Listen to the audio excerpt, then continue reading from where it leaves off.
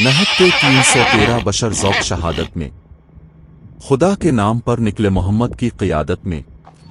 न कसरत थी न शौकत थी न कुछ सामान रखते थे, फ़कत इखलास रखते थे, फ़कत ईमान रखते थे। 2 हिजरी से ही रमजान के रोजे फर्ज किए गए और रमजान की 17 तारीख को यानी 13 मार्च सन 624 को इस्लाम की पहली जंग लड़ी गई, जो कि जंग बद्र के नाम से जानी जाती है। ये वो दौर था जब पैगंबरे इस्लाम हुक्म इलाही लोगों को बताया करते थे और एक अल्लाह की इबादत करने को कहा करते थे, जिसकी वजह से मक्के के लोग उनकी जान के दुश्मन बन गए थे और आपको आखिरकार हिजरत कर मक्के से मदीने आना पड़ा। इस दौरान आपके साथ आपके चंद जानिसार साथी थे और ये सभी इबादतें इलाही किया करते, नमाज पढ़ा करते थे और रोजे फर्ज होने के बाद रोजे रखा करते थे और हर काम अल्लाह की रजा से किया करते थे। तमाम तकलीफों के बावजूद सब्र किया करते थे, मगर खुद आगे बढ़कर कभी लड़ाई नहीं की। लेकिन इसके बावजूद जब कुफार नबी करीम से दुश्मनी की गरज से उन्हें नुकसान पहुंचाने की लगातार कोशिशें की तो अल्लाह ने अपने प्यारे नबी को हुक्म दिया कि ए नबी, जो तुम्हें तकलीफ पहुंचाए तुम उससे जंग करो। और इसके बाद इस्लाम की तारीख में जो सबसे पहली जंग लड़ी गई वो है जंग बद्र, जो मदीने से करीब 80 मील दूर बद्र नामक जगह पर लड़ी गई, जिसमें एक तरफ मक्के के कुरैश कबीले के तकरीबन 1000 बड़े बड़े योद्धा शामिल थे तो दूसरी तरफ पैगंबरे इस्लाम के साथ उनके सिर्फ 313 साथी शामिल थे, जिनमें से ज्यादातर लोगों ने कभी जंग लड़ी ही नहीं थी। यहाँ तक कि जंग के किसी भी किस्म के साजो सामान तक उनके पास नहीं थे, क्योंकि मक्का की अर्थव्यवस्था सीरिया के साथ व्यापार पर निर्भर थी और सीरिया का रास्ता मदीना के पास से गुजरता था, इसलिए काफिरों को हमेशा डर रहता था कि मुसलमान हमारा रास्ता न रोक लें। दूसरी ओर मुसलमानों को ये खतरा महसूस हुआ कि कुरैश के व्यापारिक कारवां हमें नुकसान नहीं पहुंचाएंगे, इसलिए पवित्र पैगंबर कुरैश की गतिविधियों पर नजर रखते। और एक बार अबू सुफियान सीरिया से जा रहा था, किसी ने मुसलमानों द्वारा लूटपाट और क्षति की अफवाह फैला दी, जहां से अबू जहल के नेतृत्व में 1000 लोगों की एक सशस्त्र सेना बद्र के लिए रवाना हुई। जहां अबू सुफियान मक्का पहुंच गया था, कुरैश मक्का ने अबू जहल से वापस आने को कहा, लेकिन अबू जहल ने उसकी बात नहीं मानी और बद्र के स्थान पर पहुंचकर युद्ध की दृष्टि से महत्वपूर्ण स्थान पर कब्जा कर लिया। अभी जंग शुरू भी नहीं हुई थी कि उसके एक दिन पहले ही अल्लाह के नबी सल्लल्लाहु अलैहि वसल्लम उस जगह पर सहाबा के साथ आए और एक डंडा लेकर लकीर खींच गोल दायरा बनाया। किसी की समझ में कुछ नहीं आया तो सहाबा ने वजह जाननी चाही, तब अल्लाह के रसूल ने फरमाया कि इस जगह पर अबू जहल मारा जाएगा। कुछ दूरी पर दूसरा दायरा खींचा और फरमाया कि उमैया यहाँ मारा जाएगा। तीसरा दायरा खींचकर फरमाया सेबा यहाँ मारा जाएगा।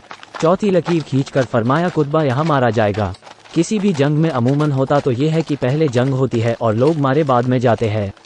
अबू जहल वो बदबख्त था जिसने अल्लाह के रसूल को बहुत बुरा भला कहा था, उन्हें बहुत तकलीफ पहुंचाई थी। इस बदबख्त को जब अल्लाह के रसूल और उनके जानिसारों की खबर मिल गई तो उसने सोचा कि उनकी तादाद ही कितनी है, मुट्ठी भर, इसलिए अच्छा मौका है, सबको हलाक करने का चांस है, कोई मोहम्मद सल्लल्लाहु के खुदा को मानने वाला ही नहीं रहेगा तो इस्लाम वैसे ही खत्म हो जाएगा।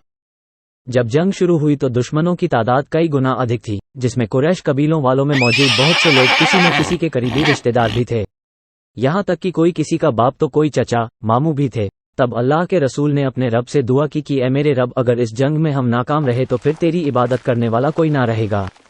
अल्लाह ने इस जंग में उनकी मदद फरमाई। इस जंग में अल्लाह के रसूल की तरफ से एक सहाबी उमैदा बिन हारिस ने उस वक्त आपसे जन्नत के बारे में पूछा कि या रसूल अल्लाह, अगर मैं शहीद हो गया तो क्या मुझे भी जन्नत मिलेगी? आपने उससे कहा हाँ बेशक तुम जन्नती हो, और इस बहादुर सहाबा ने बहादुरी से लड़ते हुए शहादत पाई। अचानक ही जंग के दौरान महाज और मौदवीस नाम के 2 बधों आए, एक 10 और दूसरा 12 साल का था। दोनों बधों ने हजरत अब्दुर्रहमान बिन औफ से अबू जहल के बारे में जानकारी ली। उन्होंने उन बच्चों से पूछा तुम क्यों पूछ रहे हो, तुम्हें जंग से दूर रहना है। मगर उन बच्चों ने कहा वो गुस्ताख हमारे आका करीम सल्लल्लाहु को गाली देता था, हम उसे मारेंगे। कहते हुए दोनों हाथ में छोटी तलवारें लिए वे दुश्मनों के लश्कर में घुसते चले गए। वे अबू जहल तक पहुंचे और ऐसा मारा कि वो जमीन पर गिरकर तड़पने लगा। अबू जहल को भी ये खबर लग चुकी थी कि मोहम्मद सल्लल्लाहु ने उसके शहीद होने की जगह के बारे में तक बतलाया है। तब वह अपने साथियों से पूछने लगा कि क्या यह वही जगह है जहां लकीर खींची गई थी। उसके साथियों ने हाँ कहा तो वह छटपटाते हुए दायरे से बाहर निकलने लगा, लेकिन नहीं निकल पाया। तब साथियों से कहने लगा कि मोहम्मद सल्लल्लाहु की भविष्यवाणी को झूठी साबित करना है, मुझे इस दायरे से बाहर निकालो। साथ ही उसे उठाने के लिए झुके ही थे कि अबू जहल ने दम तोड़ दिया।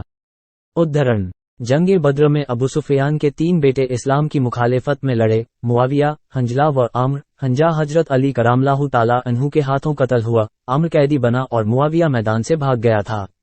इस जंग में 70 कुफार शहीद हुए और इतने ही घायल हुए, कुछ को बंदी बनाया गया तो कुछ जान बचाकर भाग गए। اللہ کے رسول کے طرف سے جنگ کرنے والوں میں 6 مہاجر اور 8 انصاری شہید ہوئے اور آخرکار حق کی جیت ہوئی۔ لڑائی ختم ہونے کے بعد اللہ کے رسول کو بے چین دیکھ کر ایک صحابہ نے پوچھا، اے اللہ کے رسول آپ پریشان کیوں ہے؟ آپ نے فرمایا، قیدیوں کو جو رسیاں باندھی گئی ہے انہیں ڈھیلی کرو، ان میں میرے چچیرے بھائی عباس بھی ہیں۔ اور پھر ان کے حکم کے مطابق سبھی قیدیوں کو فدیہ لے کر چھوڑ دیا گیا۔ ان میں جو پڑھے لکھے قیدی تھے ان کا فدیہ یہ تھا کہ وہ 10 بدھوں کو لکھنا پڑھنا سکھائیں گے۔ یہ تھا اخلاق اور انصاف ہمارے پیارے آقا نبی کریم صلی اللہ علیہ وسلم کا، جنہوں نے دشمنوں کو بھی کبھی کوئی تکلیف نہیں دی۔ سبحان اللہ۔